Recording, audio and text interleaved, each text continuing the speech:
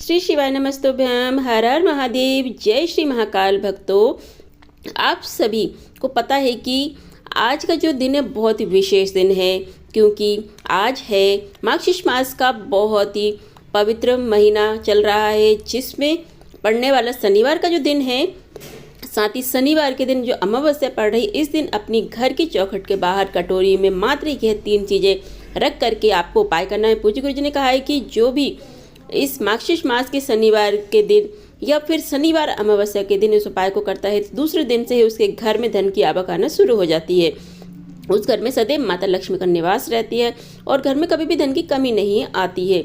उस घर में कभी भी कर्ज नहीं बढ़ता है और बड़ी से बड़ी कामनाएं पूरी हो जाती हैं। पूज्य गुरु जी की कथा में पूज्य गुरु जी ने यह उपाय बताया था, जिसे हम इस छोटी सी वीडियो में आप सभी के लिए लेकर के आए हैं।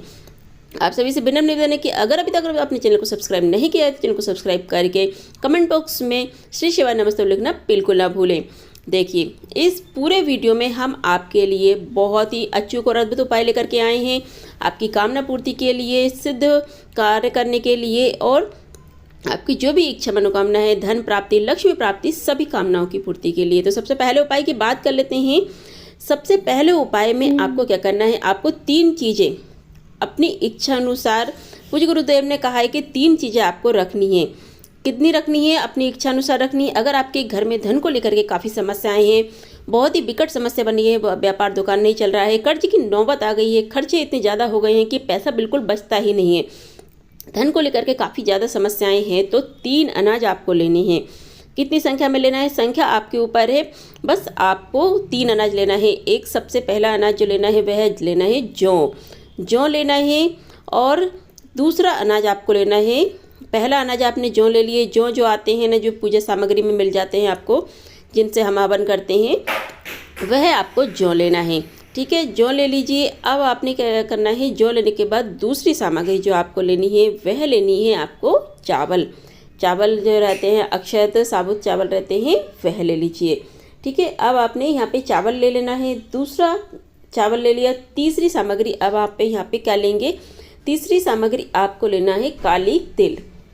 थोड़ी सी आपको काली तिल लेनी है। काली तिल लेने के बाद में अब आपने क्या करना है, इन सभी सामग्री को एक स्टील की कटोरी के अंदर रख लेना है। कटोरी जैसी भी हो, छोटी हो बड़ी हो, रख लीजिए।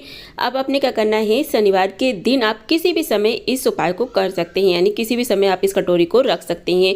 सुबह, शाम को, रात्रि को 12 बजे से पहले पहले आपको शनिवार के दिन ही इस कटोरी को रखना है। अब आपने क्या करना है, उठा करके आपके घर की जो चौखट होती है, मेन गेट जो होता है, घर का मुख्य द्वार होता है, वहाँ पर आपको अपने घर के अंदर जाते समय आपके दाहिने हाथ की तरफ इसे रख देना है। यानी जब आप अंदर प्रवेश करते हैं तो दाहिने तरफ की तरफ रखना है। रात्रि भर इसे रखा रहना देना है। पूरी रात्रि रखने के पश्चात में आपको क्या करना है, पूरी रात्रि के पश्चात जब आप दूसरे दिन उठोगे तो सुबह के समय स्नान करने के पश्चात आपको इस कटोरी के अंदर रखे हुए तीनों अनाजों को लेकर के एक स्टील का कलश भी ले लेना है।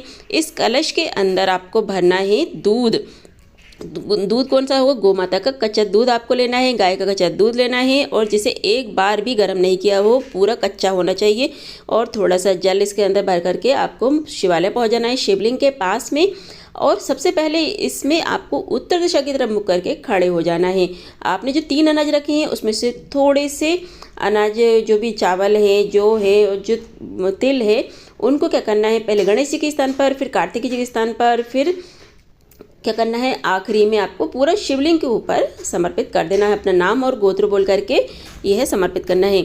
यह जो सामग्री है आपको पहले गणेश जी, फिर कार्तिक जी और फिर शिवलिंग के ऊपर समर्पित करना है। इसके बाद जो आप जो कलश लेकर आए हैं, जिसमें दूध लेकर के आए हैं, वह समर्पित कर देना है। कुंद केशवर महादेव का स्मरण करते हुए आपको वह जो लोटा आप जल का लेकर के आए हैं वह समर्पित कर देना है। जो दूध का लेकर आए हैं पहले वह समर्पित करेंगे, उसके बाद साफ स्वच्छ जल से भी आपको शिवलिंग को साफ करना है। फिर उसके बाद उसमें जो आपने अन्न चढ़ाए थे, तीनों प्रकार के, थोड़े थोड़े 1-2-4 दाने आपको उठा लेना है और इन्हें ले जाकर के अपने घर में लाल कपड़े में बांध करके पोटली बना लेना है और घर के मंदिर में चुपचाप जा करके रख देना है। यह अपने घर में धन की जो भी आपका स्थान है वहाँ पर रख दीजिए। आपके घर में धन की आवक शुरू हो जाएगी। बहुत ही अद्भुत और अचूक उपाय है। इस उपाय को आप सभी शनिवार के दिन जरूर कीजिए। चलिए बढ़ते हैं अगले उपाय की ओर। अगला उपाय है आपकी इच्छा मनोकामना पूर्ति के लिए। पूज्य गुरु जी का बहुत ही विशेष उपाय है।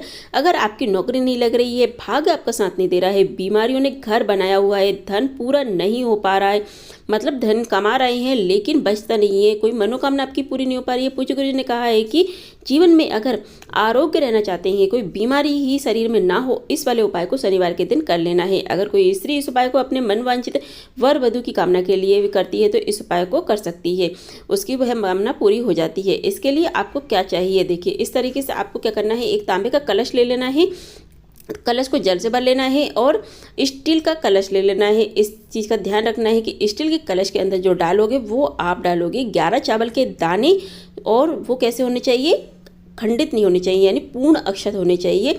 इसी के अंदर आप गौ माता का कच्चा दूध डाल देंगे और कच्चा दूध गाय का जो होगा वह गौ माता का ही होगा, उसके अंदर डाल देना है। ठीक है, आपने स्टील का कलश ले लिया और उसके साथ आपने जल का कलश ले लिया। दूध और चावल डाल करके उसे थोड़ा सा खाली रह जाए तो शुद्ध जल से भर लीजिए, लेकिन पूरा भर के लेकर के जाना है। दोनों कलश आपने तैयार कर लिए। साथ ही साथ आपको लेनी है मौली या कलावा, जो आप लोगे ना तो इसका क्रम क्या होगा, गुरुदेव ने बताया जितनी आपकी लंबाई है, जितनी आपकी लंबाई है ना सिर से लेकर पैर तक, उतना ही आपको मौली कलावा लेना है।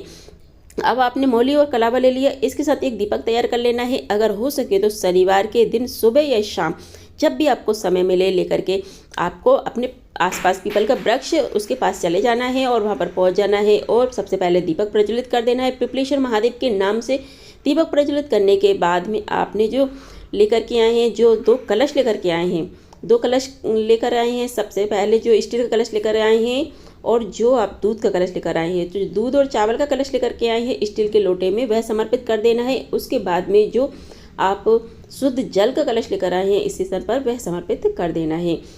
अपनी पूजन पाठ जो भी आप करना चाहते हैं वह कर दीजिए। समर्पित करने के पश्चात में आपने जो मौली ली थी अपनी लंबाई के बराबर, शनिवार के दिन अपनी कामना कह करके इस पेड़ के चारों तरफ इस तरीके से आपको बांध देना है।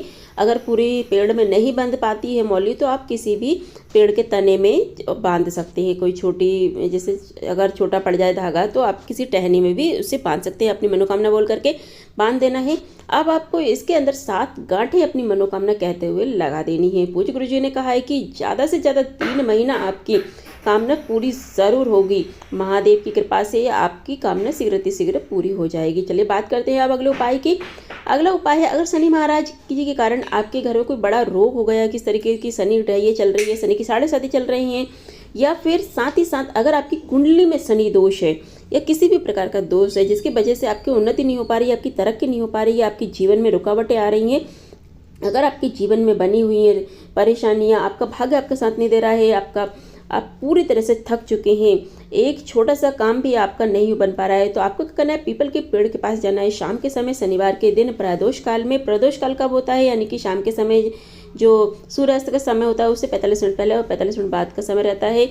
वहाँ पर जाकर के एक लंबी बाती का दीपक आपको तैयार करना है, दीपक लेकर के जाना है, लंबी बाती का लगाना है और इसके अंदर आपको भरना है गौ माता का घी, और पीपल के पेड़ के नीचे जाकर के पिपलेश्वर महादेव का नाम लेकर के आपको वह दीपक प्रज्वलित कर देना है। पूज्य गुरु जी ने कहा है कि उसी समय से आपका भाग्य बदलना शुरू हो जाएगा। अगर समस्या कुछ ज़्यादा विकट है, दूर नहीं हो रही है, तो आप किस्मत आपका साथ नहीं दे रही है, तो आपको क्या करना है, दुर्भाग्य पीछे नहीं छोड़ रहा है, तो आपके घर में आपको लेकर के आनी है एक छोटी सी काजल की डब्बी, और काजल की डब्बी लेनी है छोटी सी, और इसे भी अपने साथ लेकर के जाना है पीपल के वृक्ष के नीचे, वहाँ पे छोटा सा गड्ढा खोद करके, और उसके अंदर आपको क्या करना है, उस डब्बी को दबा देना है। लेकिन इससे पहले आपको क्या करना है, 21 बार अपने सर पे से इसे उतारा करना है, यानी 21 बार घुमा करके फिर इसको पीपल के वृक्ष के नीचे जा करके एक छोटा सा गड्ढा खोदना है और इसे वहाँ पर दबा देना है।